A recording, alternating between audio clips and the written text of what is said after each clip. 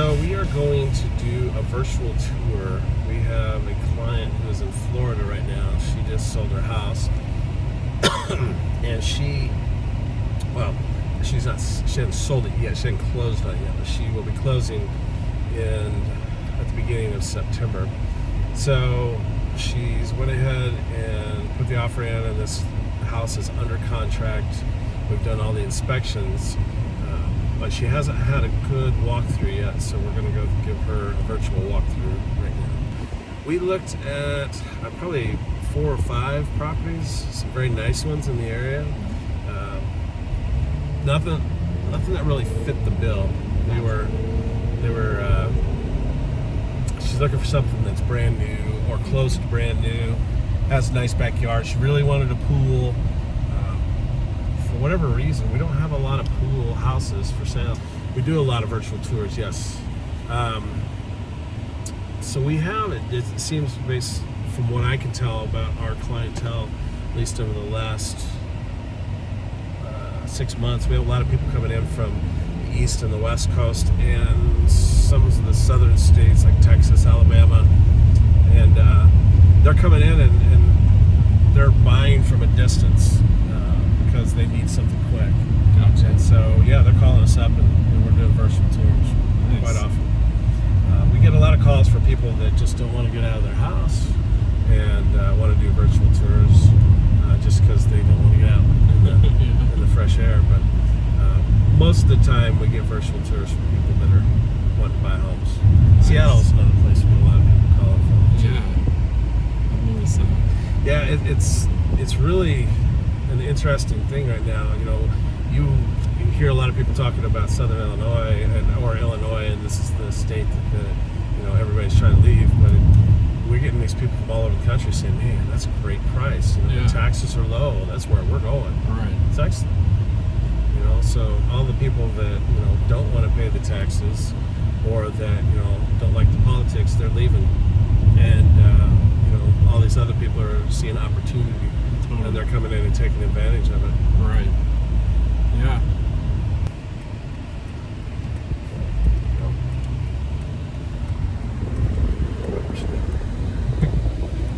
It absolutely is.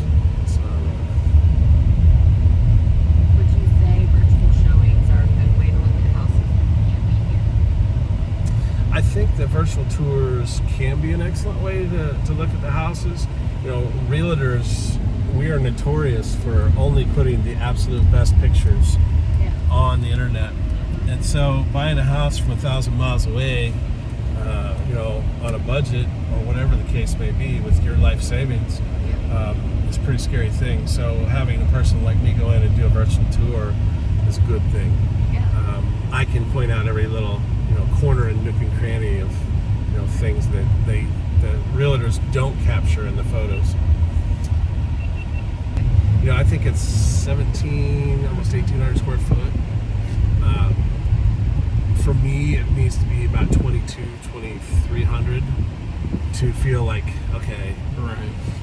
One of the bedrooms was pretty small, which, she's a single person, so she could use that as an office, And she does work from home.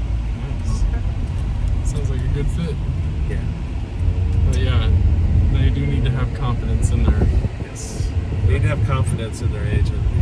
There's just too many opportunities just to buffalo somebody to get the quick sale. And what happens when people do that is that those people show up and buy a house and they live in a house that they really hate. Yeah. And they don't forget you. So I really don't want to do that. I'd rather point out everything. Actually, I had somebody a couple weeks ago like, "You really don't like this house, do you?" And I'm like, "Well, actually, no, that's not it. My job is to tell you what's wrong with the house, to point out that there's foundational issues and that the roof's got problems and that there's water leaks.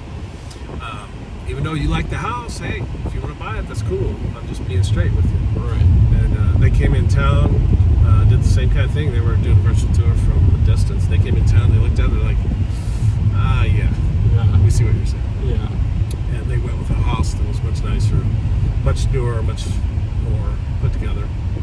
Yeah. But I really don't feel comfortable being deceptive. I'd rather not get the sale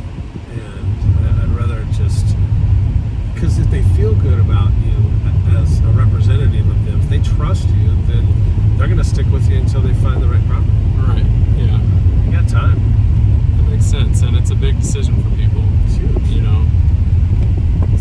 Well, for most people, it's the biggest decision they'll ever Right. make to date in their life. Buying a house is a significant purchase. But yeah,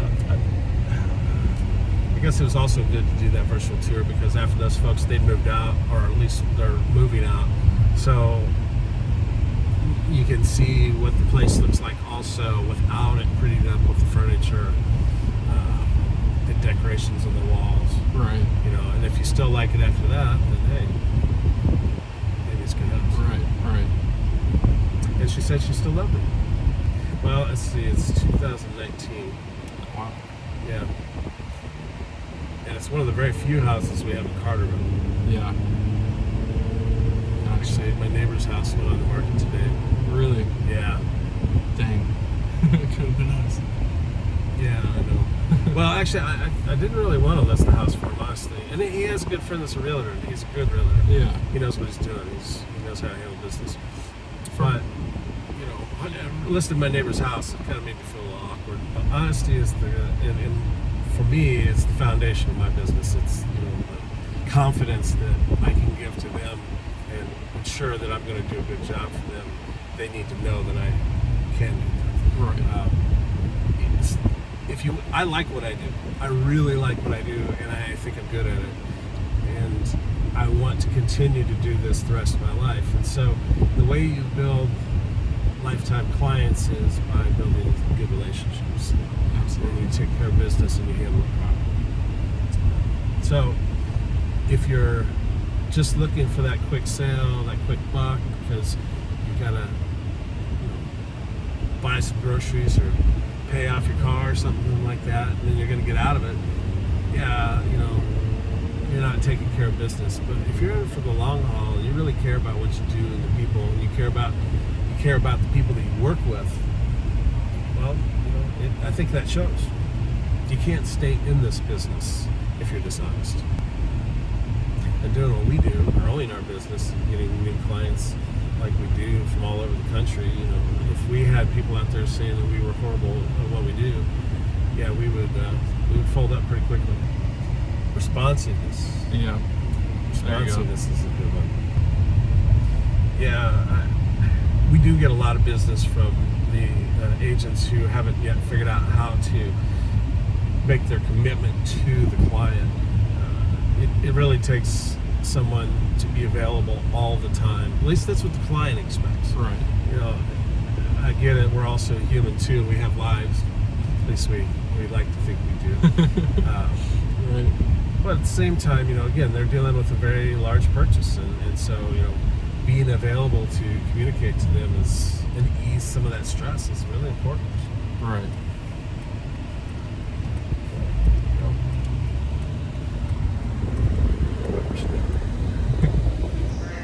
You're welcome. Thank you. Thank you. All right. Bye-bye. Hey, I do have a question. Bye. And